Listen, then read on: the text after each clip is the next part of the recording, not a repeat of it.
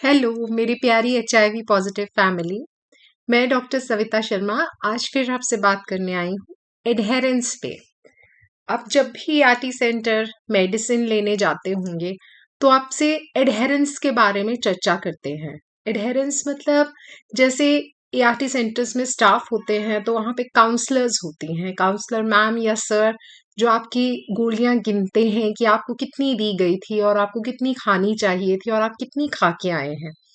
तो कई बार प्यार से, कई बार हक से, कई बार गुस्से से वो आपको डांट के समझाते भी हैं कि आपकी दवा का गैप नहीं होना चाहिए। अब दवा का गैप नहीं होना चाहिए ये क्यों इम्पोर्टेंट है वो समझाने आज मैं आपके पास आई हूँ। ये थोड़ी सी टेक्निकल टर्म्स हैं, मैं इसको इजी करके आपको समझाने की कोशिश जरूर करूंगी। देखिए, एचआईवी का कीटाणु अगर आप दवा नहीं लेते तो आपकी बॉडी में बिना दवा लिए एक दिन में 10 बिलियन वायरस बनते हैं। 10 बिलियन का मतलब है कि आप 10 के आगे 9 बार और जीरो डालिए, यानी एक के आगे 10 जीरो डालेंगे तो उतने वायरस हमारी बॉडी में एक दिन में बनते हैं अगर हम दवा नहीं लेते। अब इस वायरस में एक प्रॉब्लम है, जब भी कोई भी ऑर्गेनिज्म अपना डीएनए या आरएनए बनाता है तो उसमें एक मैकेनिज्म होता है प्रूफ रीडिंग। ये भगवान की तरफ से जो जेनेटिक मटेरियल बनने का प्रोसीजर है उसमें एक प्रूफ रीडिंग मैकेनिज्म है। प्रूफ रीडिंग मतलब जहां आपके डीएनए या आरएनए की सीक्वेंस गलत हो गई, वो गलत बन रहा है, उसे अपने आप डिस्ट्रॉय कर दिया जाएगा और नया टेम्पलेट बना दिया जाएगा। लेकिन ये जो प्रूफ रीडिंग मैकेनिज्म है, यानी कि जब जेनेटिक मटेरियल कॉपी होता है तो उसको चेक करने का जो मैकेनिज्म है, ये एचआईवी के जेनेटिक मटेरियल के पास, एचआईवी आरएनए के पास नहीं है। इसको हम बोलते हैं कि एचआईवी वायरस में प्रूफ रीडिंग मैकेनिज्म नहीं है, लैक है। उसके कारण क्या होता है कि उसके जो जेनेटिक मटेरियल में चेंजेस आती हैं वो उसको डिस्ट्रॉय नहीं कर पाता और हमारी बॉडी में कई तरह के एचआईवी के वायरस बन जाते हैं, म्यूटेंट्स। ये जो म्यूटेंट्स बनते हैं, यानी कि हमारी जो एचआईवी की पॉपुलेशन है उससे हटके जो वायरस हमारी बॉडी में बन रहे हैं, उसमें से ज्यादातर वायरसेस सेल्फ डिस्ट्रक्टिव होते हैं, मतलब वो अपने आप को खुद ही खराब कर लेते हैं क्योंकि वो डिफेक्टिव होते हैं। पर उनमें से कुछ वायरस ऐसे होते हैं जो आगे प्रोपगेट कर जाते हैं, जो सरवाइव कर जाते हैं। अब वो जो म्यूटेंट वायरस सरवाइव कर जाते हैं उनमें से कुछ म्यूटेशंस ऐसी होती हैं जिनमें ड्रग रेजिस्टेंस होती है। यानी आप, बहुत मुश्किल हो गया, मैं आपको फिर बताती हूँ। आप ये सोचिए कि आपकी बॉडी में 10 बिलियन वायरस बन रहे हैं एक दिन में, उसमें से कुछ वायरस बन गए जो कुछ डिफरेंट बन गए, जो कुछ डिफरेंट बन गए हैं उन पे हमारी दवा असर नहीं कर रही। ठीक है, अब क्या होगा? आपने 10 दिन दवा नहीं खाई, 15 दिन दवा नहीं खाई, 4 दिन 5 दिन दवा नहीं खाई, उसमें हमारे कुछ वायरस ऐसे बन गए जिसपे दवा असर नहीं हो रही। अब आपने फिर से दवा खानी शुरू कर दी। अब वो जो 10 बिलियन या कितने बन गए थे हमारे वायरस, दवा ने उनको तो दबाना शुरू कर दिया और उनको वायरस टीएनडी पे ले आए।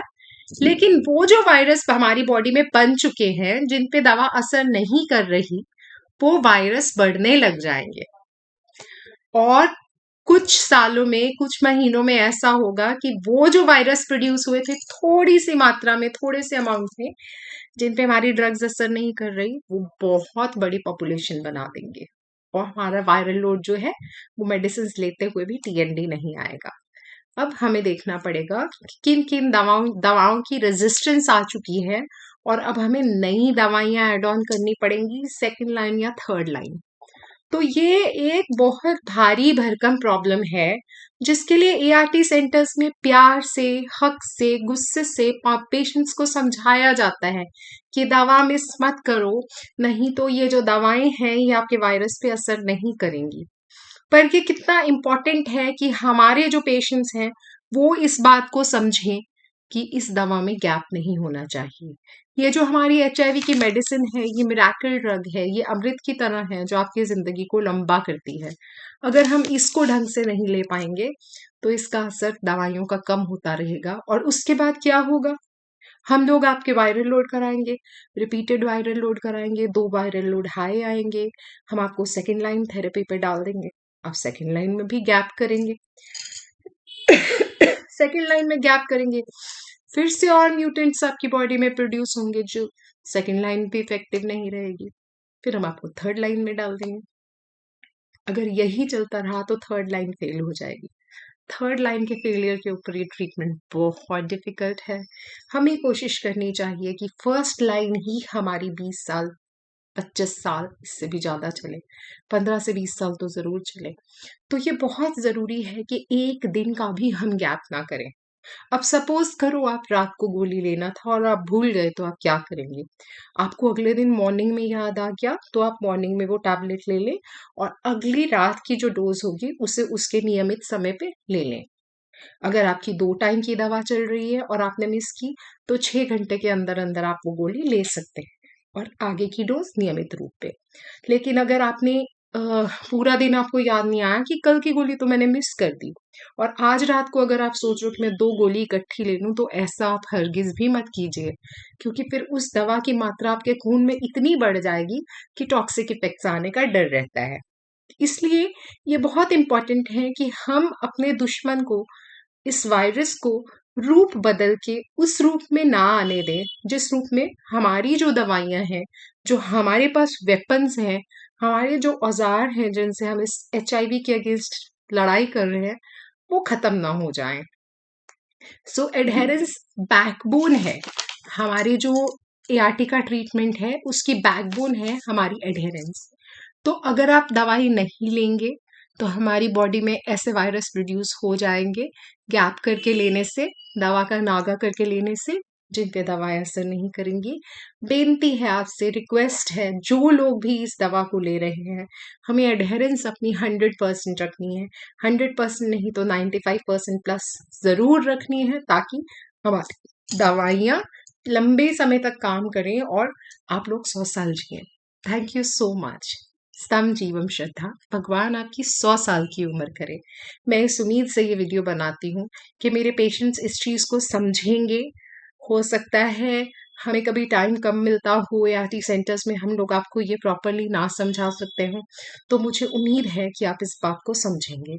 मेरी पिछली वीडियोस पे मुझे बहुत सारे कमेंट्स आए विंडो पीरियड को लेके, और मैं बड़ी हैरान थी कि इतना क्लियर करने के बावजूद पेशेंट्स जो हैं वो बेचारे, पेशेंट्स नहीं, जिनका एक्सपोजर हुआ है, जिनको HIV नहीं है, वो बहुत पैनिक में और डर में अपनी जिंदगी काट रहे हैं। कुछ बच्चों ने तो लिख के भेजा कि हमने 4 बार PCR, 5 बार एलाइजा, रैपिड एंटीजन सब कुछ करा लिया, मल्टीपल टाइम्स करा लिया। एक पेशेंट ने लिख के भेजा कि उसने 1 लाख रुपए टेस्टिंग पे खर्च दिया, और कुछ पेशेंट्स कह रहे हैं कि हमें इतना डर लग रहा है कि हमारा सुसाइड करने को दिल कर रहा है।